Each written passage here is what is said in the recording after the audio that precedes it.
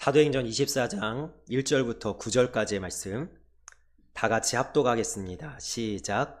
닷새우의 대제사장 아나니아가 어떤 장로들과 한 변호사 더둘로와 함께 내려와서 총독 앞에서 바울을 고발하니라. 바울을 부르매 더둘로가 고발하여 이르되 벨리스 각하여 우리가 당신을 힘입어 태평을 누리고 또 이 민족이 당신의 성견으로 말미암아 여러 가지로 개선된 것을 우리가 어느 모양으로나 어느 곳에서나 크게 감사하나이다. 당신을 더 괴롭게 아니하려 하여 우리가 대강 여짜옵나니 관용하여 들으시기를 원하나이다. 우리가 보니 이 사람은 전염병 같은 자라 천하에 흩어진 유대인을 다 소요하게 하는 자요 나사렛 이단의 우두머리라. 그가 또 성전을 더럽게 하려 함으로 우리가 잡았사오니 당신이 친히 그를 신문하시면 우리가 고발하는 이 모든 일을 아실 수 있나이다 하니 유대인들도 이에 참가하여 이 말이 옳다 주장하니라. 아멘. 제가 지난 월요일에 드디어 이제 지금 1600만이 넘었다고 하죠. 아주 늦게 왕가 사는 남자를 봤습니다. 오늘 왕가 사는 남자에 대한 이 영화 이야기를 좀 앞뒤로 좀 하게 될 텐데요.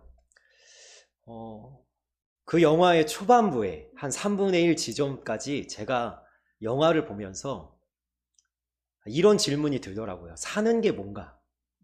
도대체 사는 건 뭔가?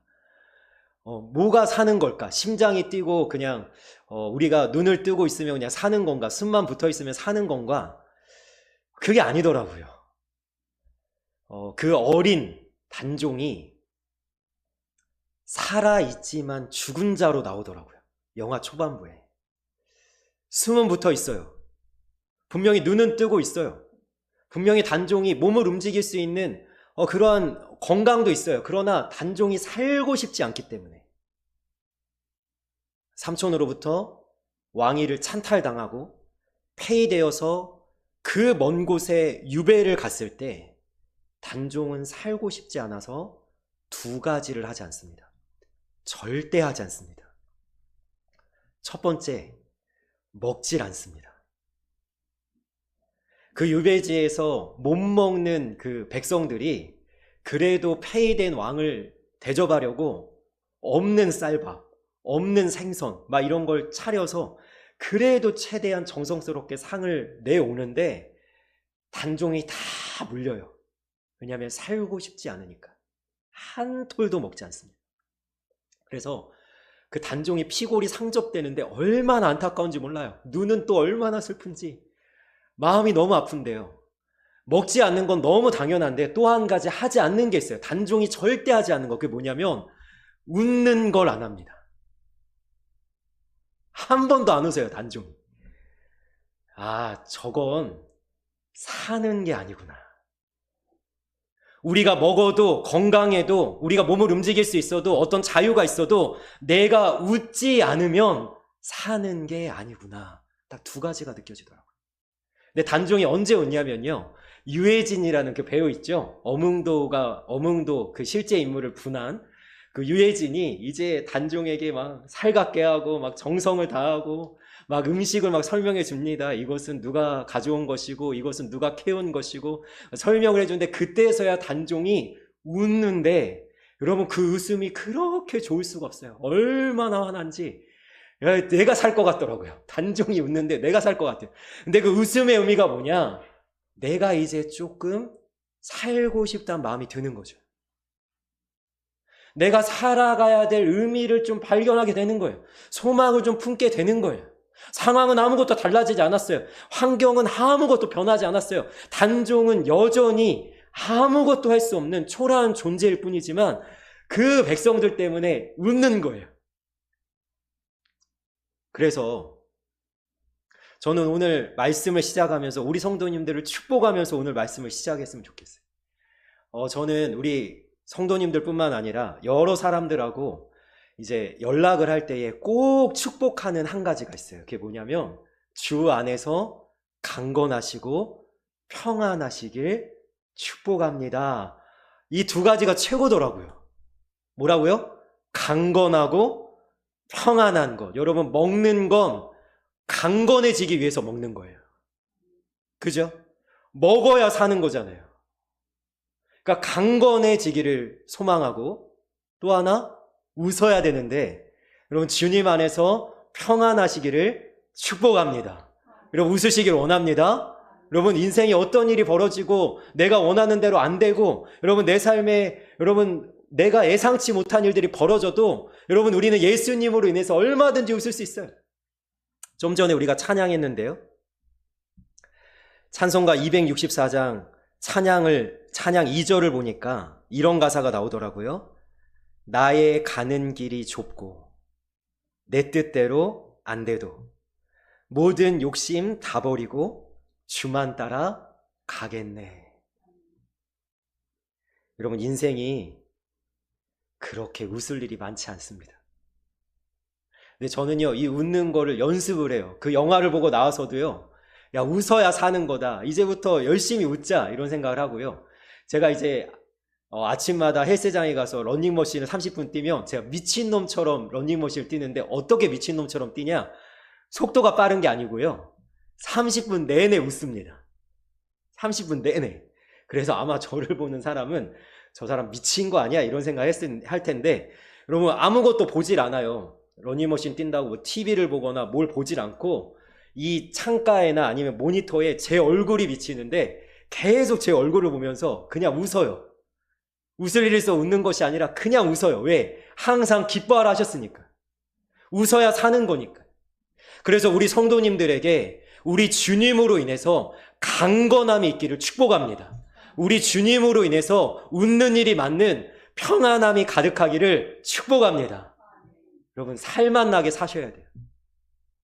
제가 그래서 첫 번째로 준비한 게 있거든요. 살만 나게 사시기를. 네, 우리 한번 읽어볼까요? 시작. 강건함과 평안함이 있기를 축복합니다. 아멘. 오늘 아침에 우리 성도님들이 묵상을 하셨는지 모르겠어요. 주일 아침에는 좀 분주하셔서 예배도 있기 때문에 묵상까지 하기 좀 어려우시겠지만, 오늘 만약에 아침에 못 하셨다면 돌아가셔도 꼭 오늘 묵상을 하셨으면 좋겠어요. 여러분 오늘 묵상의 내용은 뭐냐면 말의 힘이에요.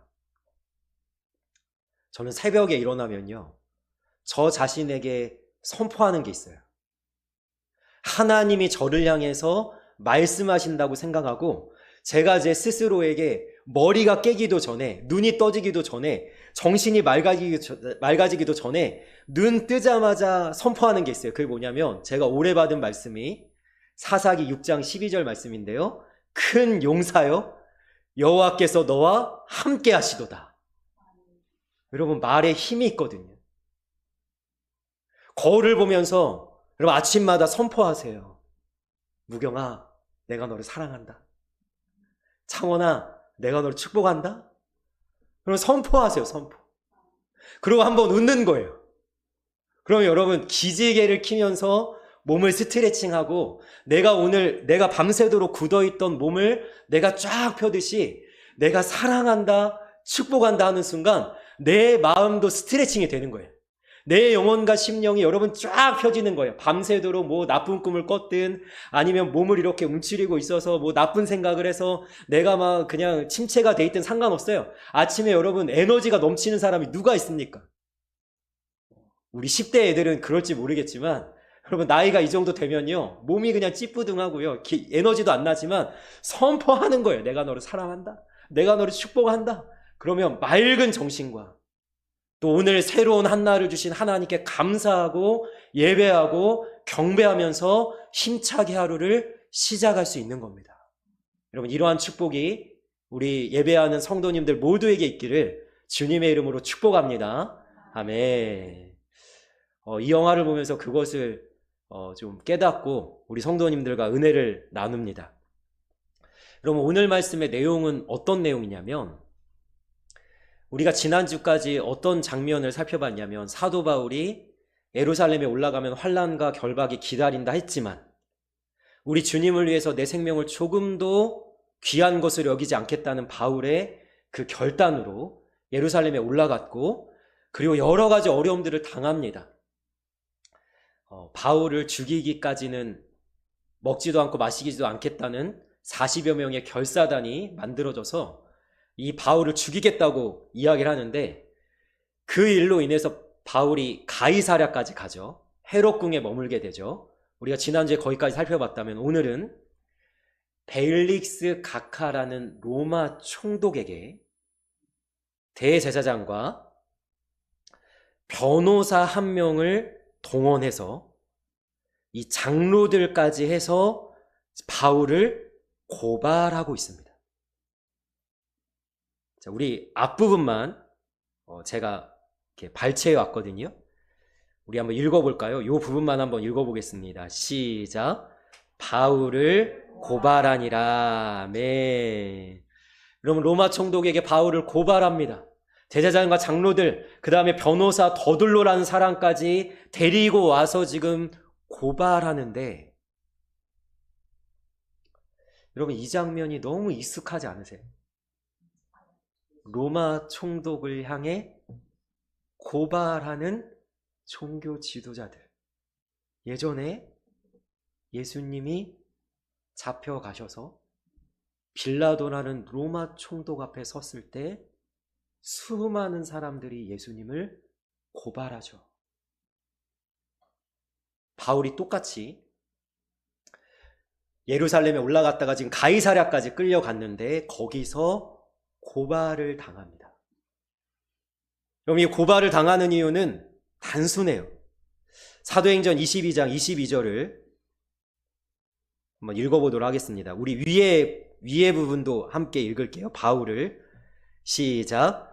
바울을 없이 하고자 이 말하는 것까지 그들이 듣다가 소리질러 이르되 이러한 자는 세상에서 없애 버리자 살려둘 자가 아니라 하여. 아멘. 여러분 이들이 바울을 고발하는 이유는 바울을 죽이고 싶은 거야. 누구처럼? 예수님처럼. 로마의 그 권력과 로마의 그 군대를 사용해서 이 바울을 어떻게든 없애버리려고 지금 하는 거예요.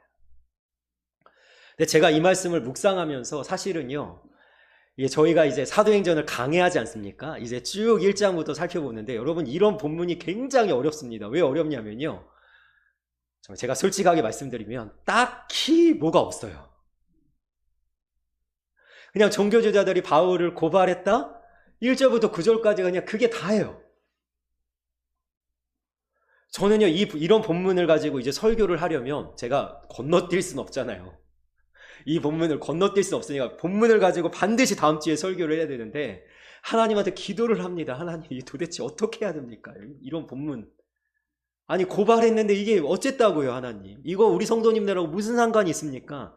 제가 이런 고민을 하고 하나님 앞에 기도할 때 하나 떠오르는 게 하나 있었어요. 이들이 바울을 고발하여서 죽이려고 하는 궁극적인 이유. 여러분 그것이 뭐냐면 요한복음 16장 2절 말씀입니다. 자, 앞에를 보시고 하나님을 위한다는 착각입니다. 우리 같이 읽겠습니다. 시작. 사람들이 너희를 출교할 뿐만 아니라 때가 이르면 물은 너희를 죽이는 자가 생각하기를 이것이 하나님을 섬기는 일이라 하리라. 아멘. 종교 지도자들이 착각을 하고 있어요. 무슨 착각이요? 우리는 하나님을 위해서 바울을 죽이는 거다. 그럼 무섭죠? 이게 하나님을 위한다니 얼마나 무서운지 몰라요. 여러분, 하나님을 위한다고 하면서 교회를 해치는 사람들이 있어요. 하나님을 위한다고 하면서 누군가에게 상처 주는 사람이 있어요. 하나님을 위한다고 하면서 말씀을 가지고 사람들을 자꾸만 정죄하는 사람들이 있어요.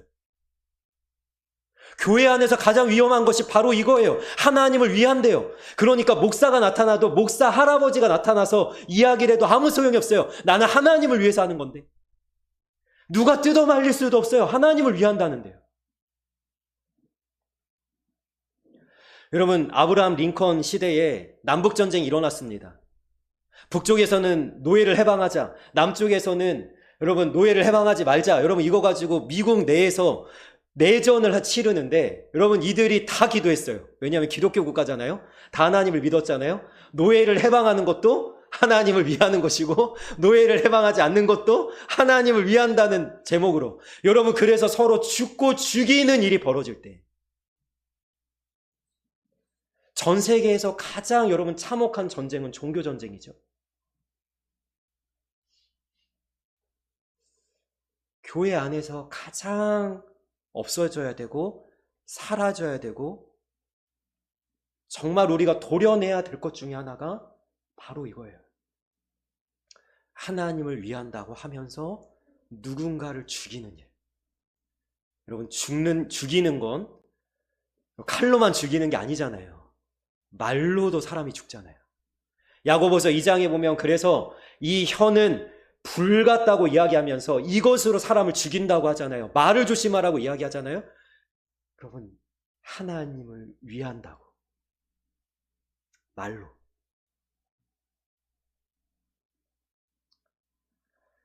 제가 요즘 제가 말씀을 전하는데 우리 성도님들이 듣는 지금 요 시기에 성도님 어떻게 제가 지금 선포하는 하나님의 말씀을 듣는지 모르겠지만 제가 좀 강하게 말씀을 선포할 때가 많았어요.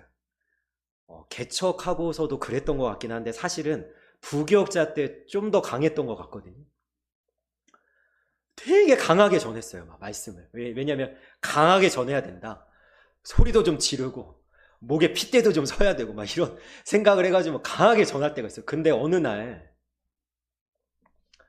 여러분 제가 왜 그렇게 열심히 얼굴이 막 울그락불그락 해지도록 말씀을 열심히 전하려고 했을까요? 하나님을 위한다고. 근데 어느 날이요, 제가 그렇게 강하게 말씀을 전하다가 어느 날 하나님이 이런 깨달음을 주시는 거예요. 이 말씀이 폭력이 될 수도 있겠다. 해야만 합니다. 이렇게 하지 않으면 안 됩니다. 무조건 여러분 가셔야 됩니다. 이게 어떤 분들에게는 아멘이기보다는 마음에 부담이 되고, 막 정죄감이 들고, 막 그것 때문에 막 오히려 막 무너지는 그런 일이 생길 수도 있겠다. 저는 성경 공부를 주일에 마치고 나서도 집에 돌아가는 길에 그리고 집에 돌아가서도 다음날이 돼서도 내가 혹시 말실수를 한 건 아닌가? 내가 혹시 이 부분에 있어서는 실수한 게 아닌가? 이런 생각이 들 때가 많아요. 분명히 제가 좋은 의도로 한 말들일 수 있고 내가 분명히 그것을 그 성도님을 위한다고 이야기한 걸 수도 있지만 여러분 하나님을 위한다는 그것이 결국에는 어쩌면 누군가를 상처 주고 누군가를 시험 들게 하는 것이라면 여러분 여기서 예배하는 분들, 여기서 하나님을 찬양하고 하나님을 바라보며 여기서 하나님 앞에 나온 분들 중에 하나님을 위하지 않는 분이 누가 있어요? 여러분 교회 안에 하나님을 위하지 않는 사람이 누가 있어요? 다 하나님을 위한다고 이야기해요. 그런데 왜 그렇게 다툼이 많을까요? 왜 그렇게 허용이 많을까요? 왜 그렇게 여러분 시기심이 많을까요? 하나님을 위한다는 게 진짜 하나님을 위하는 것이 돼야죠.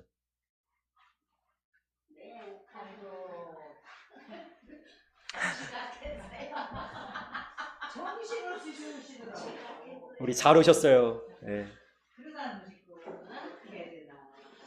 우리 어머니 잘 오셨어요. 네.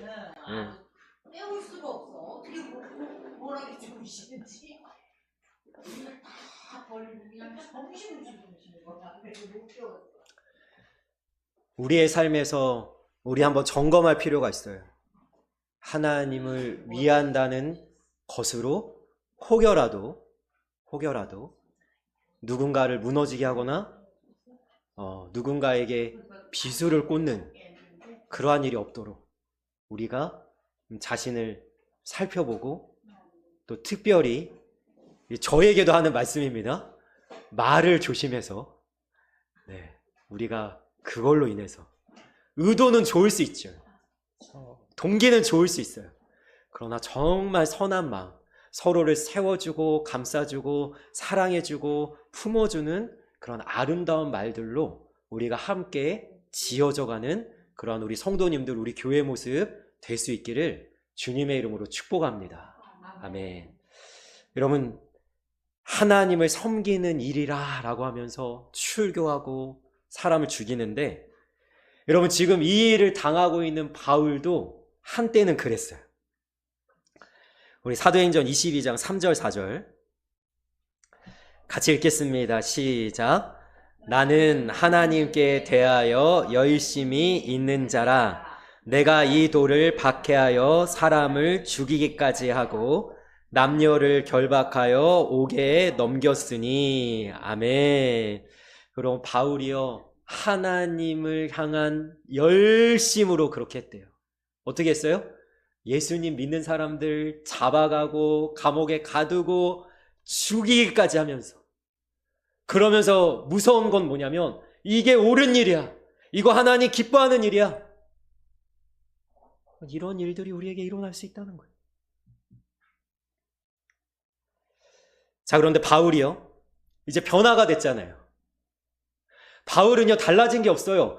예수님 만나기 전에도 하나님을 향한 열심이 있었고, 예수님 만난 후에도 하나님을 향한 열심이 있어요. 그런데 완전히 그 태도와 그 모습이 달라졌어요. 말투가 달라졌어요. 표정이 달라졌어요. 자세가 달라졌어요. 어떻게 달라졌냐? 여러분, 오늘 본문의 5절 말씀 우리 함께 읽겠습니다. 시작. 우리가 보니 이 사람은 전염병 같은 자라. 천하에 흩어진 유대인을 다 소요하게 하는 자요, 나사렛 이단의 우두머리라. 아멘. 여러분, 종교 지도자들이 바울을 고발하는 내용이 참 신기합니다. 뭐라고 이야기하냐면 전염병 같은 자래요. 우리는 이걸 알고 있죠. 여러분, 어떤 게 전염병인지 우리는 뼈저리게 경험했습니다. 코로나. 전부 다 코로나 걸리면 격리하고 집 밖에 나오지 않고, 그 다음에 만약에 접촉하더라도 마스크를 쓰고, 교회에서 예배조차 제대로 드려지지 않았던 시기를 우린 경험했어요. 여러분, 전염병이 얼마나 무서운가? 조금만 가까이만 가도 옮기는 게 전염병이에요. 여러분, 그러니까 이 고발하는 내용이 뭐냐면 바울 보고 전염병 같은 자라, 사실은 욕인데 이들이 할 때는 바울의 입장에서는 어떻게 받아들여지냐면 여러분, 이건 칭찬이죠. 예수님, 그 바울만 만나면 어떻게 돼요? 예수님을 믿게 되는 거예요. 제가 존경하는 김남국 목사님이 결혼을 해야 되는데 그 아내 쪽에서 5년 동안 극심한 반대를 당합니다. 왜 그러냐면, 일단은 김남국 목사님이 30대 그때에 돈이 없었고요, 아무것도 내세울 게 없었어요. 그래서 그 반대를 무릅쓰고 이제 결국에는 결혼을 하게 되는데, 김남국 목사님이 아내에게 물어봤대요. 저는 그 아내분을 보질 못했는데, 사모님 보질 못했는데 외적으로 뛰어나시다고 합니다. 이렇게 그렇게 들었어요. 그런데 왜 당신 같은 사람이 나 같은 사람을 만나? 라고 했대요. 근데 김남국 목사님의 사모님 이렇게 얘기했답니다. 당신은 당신을 만나고 당신과 대화하고 당신과 시간을 보내면 하나님과 가까워지는 것 같다. 정말 최고의 칭찬 아니에요? 하여튼 그 사람 만나면 하나님과 가까워지는 것 같은 거예요. 대화를 하거나 뭐만 하면 하나님과 가까워지는 것 같은 거예요. 여러분, 바울이 그런 것 같은 거예요. 바울이 전염병이에요. 바울만 막 갖다 대면은, 바울만 그냥 이렇게 만나기만 하면, 바울만 접촉만 되면 전부 다 예수가 옮겨지는 거예요. 옮겨지고 또 옮겨져요. 바울을 만난 사람이 또 다른 사람 만나면 또 옮겨지고 또 옮겨지고 전염병 같은 자라. 그럼 왜 이렇게 됐습니까? 바울이 하나님을 위해서 열심히 예수님의 부활만을 전했기 때문이죠. 하나님을 위한다는 건 바로 이거 아니겠어요? 사람들을 살리는 거예요. 예전에는 죽였었는데 이젠 사람들을 살리는 거예요. 그러면서 뭐라고 얘기합니까? 천하를 소요하게 하는 자요. 바울 한 사람 때문에 여러분 이렇게 얘기하는 거예요. 천지가 진동한다는 거예요. 저는요, 이 말씀을 여러분 묵상하면서 소망이 생겼어요. 우리 교회로 인해서 이 지역이 소요되는, 여러분 진동하는 그러한 역사가 있기를 원합니다. 여러분 우리 교회가 전하는 복음을 통해서, 우리 교회가 드리는 예배를 통해서, 우리 교회가 선포하는 우리 예수 그리스도의 이름을 통해서 여러분 진동하는, 지진이 일어나는 놀라운 역사가 일어나길 원합니다. 여러분들이 가는 곳마다 예수님이 옮겨졌으면 좋겠어요. 야, 저 사람 만났더니 예수를 알게 되겠어. 내가 하나님이 살아계신지 알겠어. 내가 정말로 왜 교회 다니고 예배를 드려야 되는지 알겠어. 그렇게 여러분들 전염병과 같이 예수님을 옮기는 그런 하나님의 사람들 되시기를 주님의 이름으로 축복합니다. 아멘. 여러분 이 말씀을 통해서 우리가 묵상해 봐야 될 것이 한 가지 있는데요. 바울을 고발하여 바울을 죽이려고 하는 사람도 뭐라고 착각했어요? 하나님을 위한다고 착각했어요. 전염병같이 예수님을 전하고 천하를 소유하게 했던 바울도, 그렇게 영혼들을 살리고 교회를 세우는 바울도 하나님을 위한다라고 얘기해요. 여러분 신기하지 않습니까? 하나님을 위한다고 하는데 다 극명하게 달라요. 제가 이 아침마다 헬스장에 가서 운동을 하면요, 어떤 날은 컨디션이 너무 좋아요. 그래서 러닝머신 30분이 3분처럼 느껴질 때가 있어요. 벌써 끝났어? 그리고 이러고 뛰거든요. 근데 어느 날은요, 러닝머신에 올라가 있는 것 자체가 너무 힘들어요. 그래가지고 제가 뛰긴 뛰는데 막 웃으면서 뛰려고 노력은 하는데 한 15분 지났나 싶으면 3분밖에 안 지났고요. 야, 이제는 다 끝난 거 아니야 싶으면요, 아직 10분도 안 지났어요. 미치겠어요. 그런데 제가 이렇게 하면서 깨달은 게 하나 있는데요. 여러분 시간은 절대적이거든요. 어떤 사람도 1초라는 단위를 바꾸질 못해요. 여러분 우리에게 주어진 시간은 하루에 24시간이에요. 그죠? 누가 더 받고 누가 덜 받고 없잖아요. 절대적이잖아요. 그런데 신기한 게 뭔지 아세요? 이 절대적인 시간이 우리에게 찾아올 때는 어떻게 느껴지냐? 상대적으로 느껴져요. 그죠? 1분 같은 1시간이 있고요, 1시간 같은 1분이 있어요. 여러분 그런데 우리 하나님도요 절대적이거든요. 변함이 없으세요? 회전하는 그림자도 없으세요? 어제나 오늘이나 영원토록 동일하세요? 절대적인 그 하나님이 우리가 만나는 순간 상대적으로 바뀌어요. 여기서 같이 예배하잖아요? 그런데 어떤 분에게는 하나님이요 세상의 그 어떤 것보다 가장 커요. 하나님이 가장 위대해요. 전능하세요. 하나님 못하실 일이 없어요. 그 하나님한테 내어 맡기면 근심하고 두려워할 게 없어요. 그 하나님이 엄청나게 커요. 그런데 어떤 분에게는 하나님 절대적인 분인데 그분에게 가면 하나님 어떻게 되냐면 작아져요. 하나님이 별 볼 일 없어요. 내 문제조차 해결할 수 없는 하나님, 내 생각보다도 작은 하나님, 내 계획보다도 초라한 하나님, 여러분 그 하나님이 절대적인 하나님, 살아계신 하나님, 전능하신 하나님인데 그 사람에게만 하찮은 하나님이 돼요. 저는 이 말씀을 묵상하면서 우리 성도님에게 도전하고 싶어요. 어떤 하나님을 경험하고 계세요? 왜 다윗의 하나님이 나의 하나님은 안 되죠? 왜 요셉의 하나님이 나의 하나님은 안 될까요? 모세의 하나님, 아브라함의 하나님, 바울의 하나님, 베드로의 하나님이 왜 내 하나님이 안 될까요? 하나님 절대적이신데요. 너무나도 크신 분이고 위대하신 분이신데. 저는 우리 성도님들에게 이렇게 좀 당부하고 싶습니다. 그 하나님을 있는 그대로 받아들이세요. 여러분, 내 생각으로 하나님을 재단하거나 편집하지 마세요. 이것은 자르고 저것은 아니고, 여러분 이것은 내가 못 받아들이겠고, 여러분 그러지 마세요. 하나님의 살아있는 말씀 속에 나와 있는 그 하나님이 나에게 다가오실 때 내가 그대로 받아들여야 절대적인 하나님으로 내가 인식하고 경험할 수 있는 거예요. 아니, 저 사람은 저렇게 하나님 경험했다는데 나는 왜? 나 때문에 그런 거, 나 때문에. 하나님은 잘못이 없어요. 하나님은 변함이 없다니까요. 절대적이라니까요. 내가 그렇게 하는 거예요, 내가.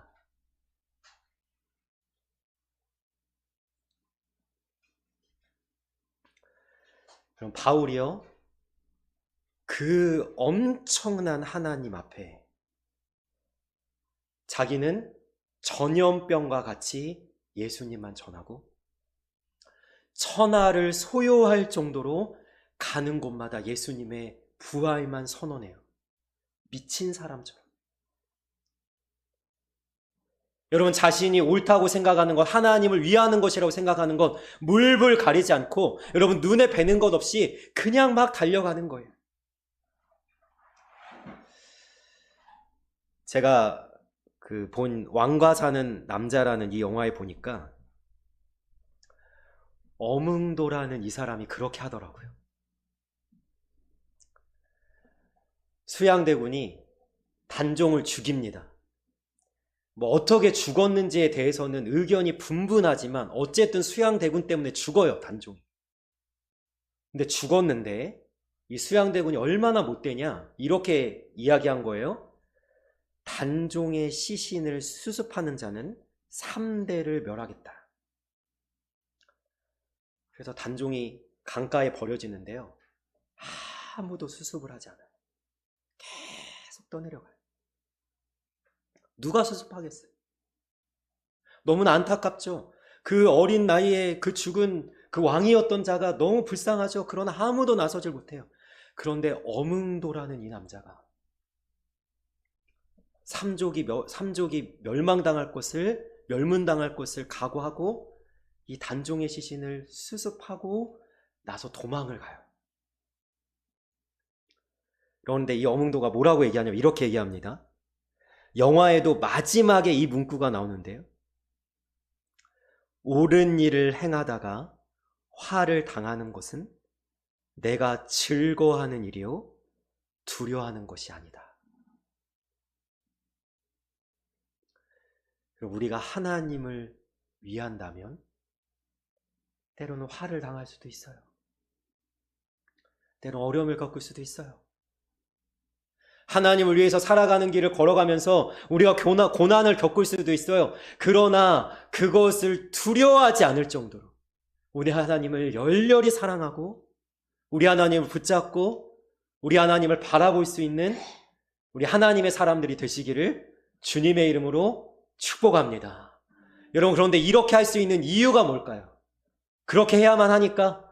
여러분, 그것이 마땅히 해야 될 일이니까? 여러분, 사람의 마땅한 도리가 그거니까? 여러분, 저는 그렇게 얘기하고 싶지 않습니다. 여러분, 우리에게는 소망이 있기 때문이에요. 어떤 소망이냐? 이 어몽도가 단종의 시신을 수습하고 나서 얼마나 도망 다녔는지 모르겠지만 241년이 지나서, 여러분, 단종이 1455년에 폐위당했고요, 1457년에 사망을 했는데 이때 어몽도가 시신을 수습한 거죠. 241년이 지난 1698년 숙종 24년에야 단종이 복위가 되고 어몽도 역시 충신으로 추존이 됩니다. 그럼 몇 년 걸렸다고요?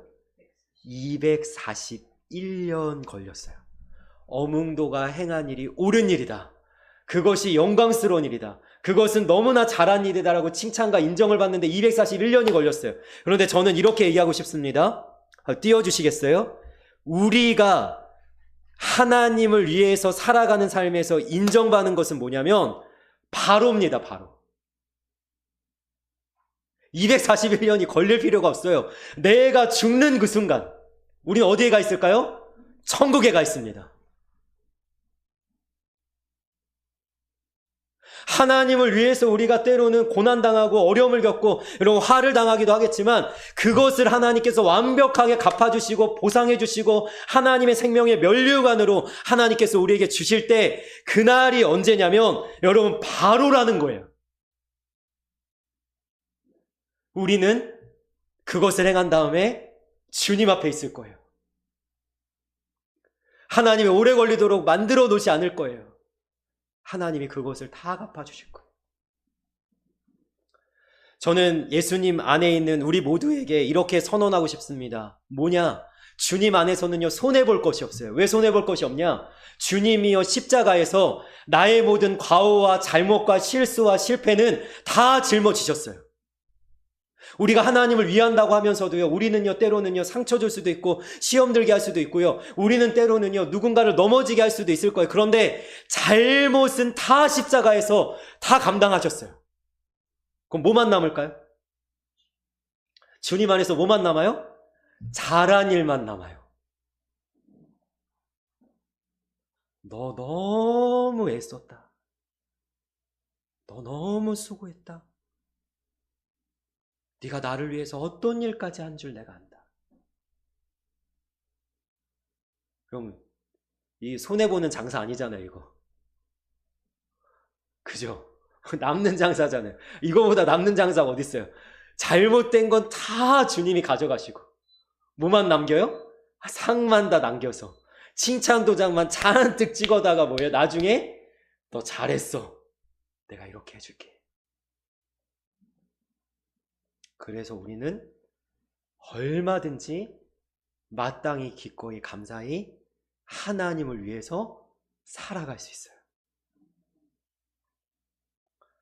하나님을 위해서 살아가시기를 주님의 이름으로 축복합니다.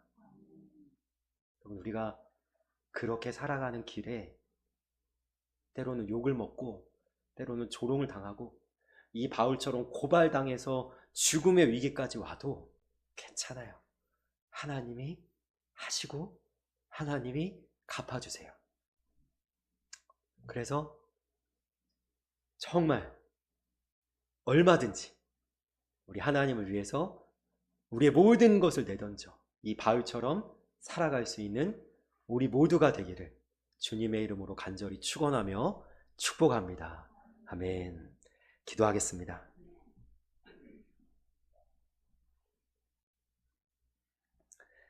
사랑의 아버지, 우리가 하나님을 위해서 이 길을 걸어갑니다. 하나님을 위한 우리의 삶이 결코 헛되지 않음을 고백하며 주님 앞에서 이 믿음의 걸음을 담대하게 믿음으로 달려나갈 수 있도록 주님께서 붙들어 주시고 우리를 인도하여 주옵소서. 우리를 언제나 완벽하게 인도하시는 우리 예수님의 이름으로 기도합니다. 아멘.